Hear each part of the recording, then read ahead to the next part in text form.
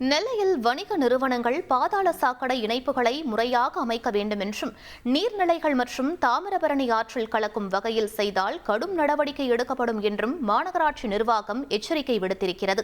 நெல்லை மாநகராட்சிக்கு உட்பட்ட பகுதியில் குழாய்கள் மற்றும் தாமிரபரணி ஆற்றில் வணிக நிறுவனங்களில் கழிவுநீர்கள் கலப்பதாக புகார் எழுந்தது.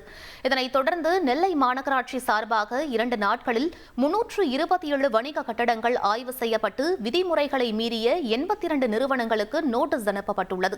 மேலும் பாதாள சாக்கடை குழாயை நேரடியாக குளங்கள் மற்றும் ஆற்றில் கலந்த 6 நிறுவனங்களுக்கு 60,000 அபராதமும் விதிக்கப்பட்டுள்ளது.